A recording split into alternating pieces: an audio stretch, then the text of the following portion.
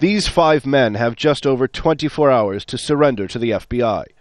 Evan Liberty, 26, a former Marine from New Hampshire. Donald Ball, also 26, a former Marine from Utah. Nick Slatton, 25, an ex-Army sergeant from Tennessee. Dustin Hurd, 27, a former Marine from Tennessee, and Paul Slough, 29, a former Army veteran from Texas.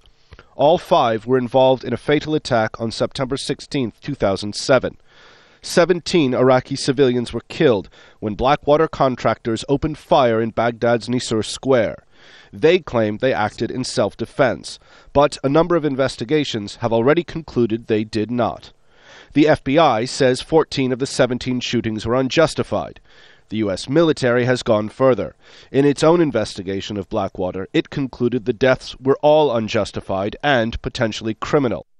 In spite of this, the head of Blackwater appeared before the United States Congress soon after the attacks to testify under oath he believes his men acted responsibly. Please be seated.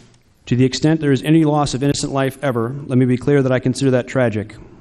Every life, whether American or Iraqi, is precious. I stress to the committee and to the American public, however, that I believe we acted appropriately at all times. What complicates this case is the question of jurisdiction. At the time of the attack, private contractors like Blackwater operated without any clear legal oversight.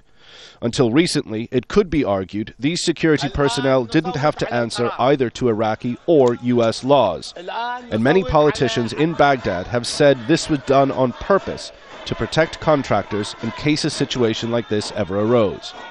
What's more, under the deal Blackwater had with the U.S. government, it was allowed to repair the vehicles involved in the attack before investigators had a chance to look at them, meaning forensic evidence in this case is very, very limited.